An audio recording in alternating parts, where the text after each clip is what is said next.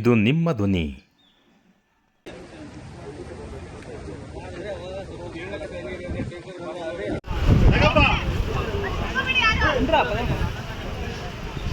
ಪವನ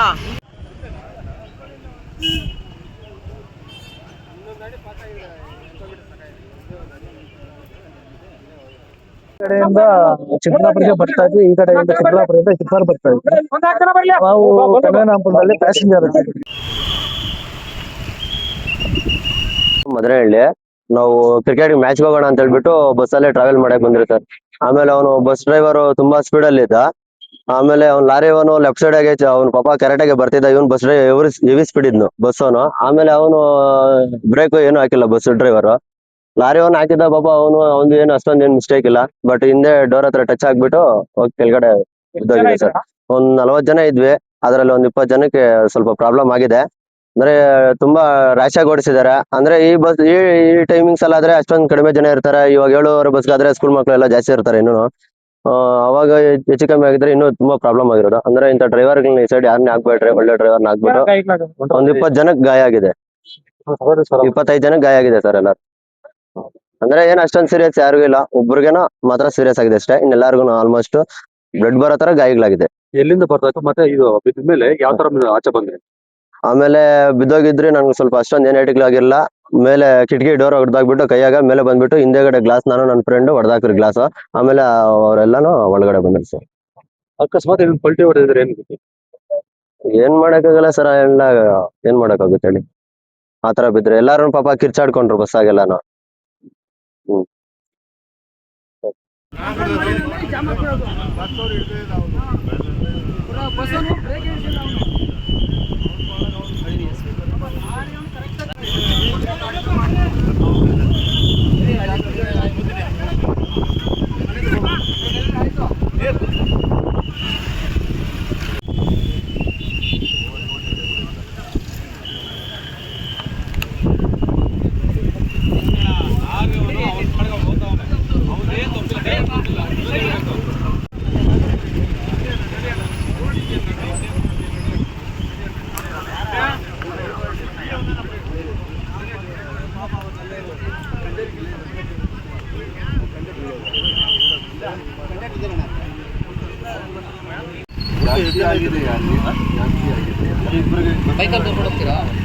ಅಲ್ಲ ಬಸ್ಸಲ್ಲಿ ಬಸ್ಸಲ್ಲಿ ಜನ ಇದ್ರು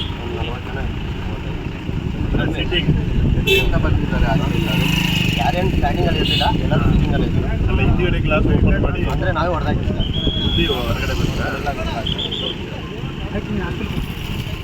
ಕೊನೆ ಮಾತ್ರ ಮೂಲೆಯಲ್ಲಿ ಮಾತ್ರ ಅದೇನಾಗುತ್ತೆ, ಹಿಂಗೆ ಕರ್ವ್ ಅಲ್ಲ, ಅದು ಹಿಂಗ್ ಹೊಡೆದಾಗ ಗಾಡಿ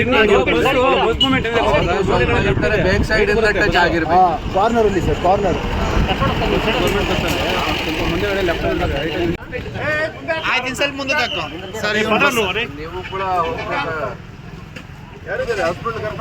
ಸರ್ ಇಲ್ಲಿ ಬಸ್ಸಲ್ಲಿ ಇದ್ದಂತೆ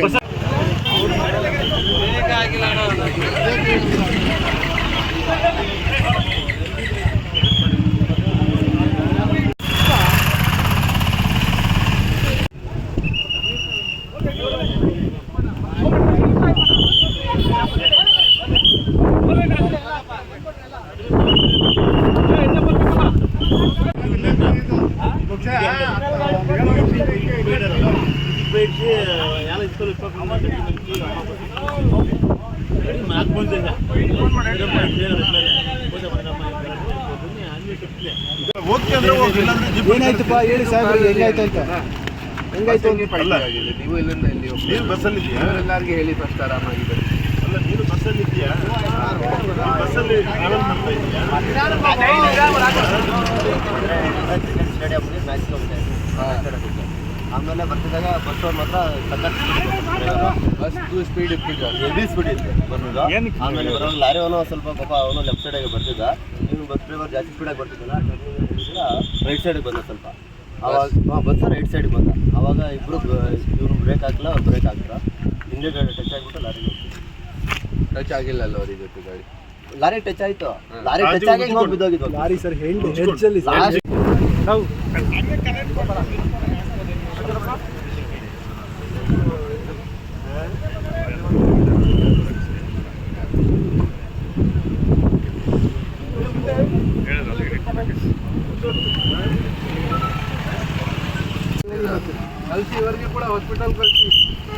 ಹೊರಳಿ ಕಡೆ ಕ್ಲಾಕ್ ಬರ್ತಾ ಇತ್ತು, ಈ ಕಡೆಯಿಂದ ಟಿಪ್ಪರ್ ಬರ್ತಾ ಇತ್ತು.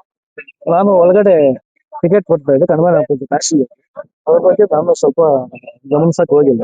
ಟಿಕೆಟ್ ಕೊಟ್ಟು ಬರೋಷ್ಟೊತ್ತಿಗೆ ಇಲ್ಲಿ ಟಿಪ್ಪರ್ಗೆ ಬ್ಯಾಕ್ ಸೈಡ್ ಬಸ್ ಟಚ್ ಆಗಿ ಗ್ರಿಪ್ ಸಿಗದಿರೋ ಮರಿ ಹೊಡೆದು ಅಲ್ಲಿ ಕೆಳಗಡೆ ಮರಿ ಕೆಳಗೆ ಎಷ್ಟು ಜನ ಇತ್ತು? 26 ಜನ ಇತ್ತು.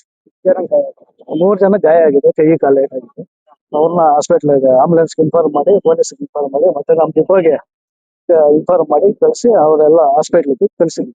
ನಾವೇ ಎಲ್ಲ ಎತ್ತಿ ಎಲ್ಲ ಮೇಲೆ ಎತ್ಕೊಂಡ್ಬಂದು ಪ್ಯಾಸೆಂಜರ್ಸ್ ನ ಎಲ್ಲ ಕಳಿಸಿ ಹಾಸ್ಪಿಟ್ಲಿಗೆ ಕಳಿಸಿ. 8 ಜನ ಗಾಯ ಆಗಿದೆ, 3 ಜನ ಗಾಯ ಆಗಿದೆ, ಮಿಕ್ಕಿದ್ದೆಲ್ಲ ಸಣ್ಣ ಪುಟ್ಟ ಗಾಯ ಆಗಿದೆ. ಡ್ರೈವರ್ಗೂ ಗಾಯ ಆಗಿದೆ, ಅವ್ರನ್ನು ಹಾಸ್ಪಿಟಲ್ ಕಳಿಸಿದ್ವಿ. ಡ್ರೈವರ್ ಹೆಸರು ಜಯಚಂದ್ರ. ಹಿಂದೆ ಗ್ಲಾಸ್ ಗ್ಲಾಸ್ ಜನಗಳನ್ನ ಕರ್ಕೊಂಡು ಹೋಗೋದಕ್ಕೆ ಗ್ಲಾಸ್ ಹಿಂದೆಯಿಂದ ಪ್ಯಾಸೆಂಜರ್ ಬಂದು ಹೋದ್ರು. ನಾವು ಮುಂದೆಯಿಂದ ನಾವು ಸ್ವಲ್ಪ ಜನ ಪ್ಯಾಸೆಂಜರ್ ಬಂದು ಹಿಂದೆಯಿಂದ ಸ್ವಲ್ಪ ಕಳಿಸ್ಕೊಂಡು. ಅಣ್ಣ ಎಲ್ಲಿಂದ ಎಲ್ಲಿಗೆ ಹೋಗ್ತಾ ಇದ್ದಾರೆ? ಸರ್ ನಾವು ಕೊರ್ಲಹಳ್ಳಿಯಿಂದ Chikkaballapur daily up and down ಇದೆ, ಡೈಲಿ ಇದೇ ರೂಟಲ್ಲಿ.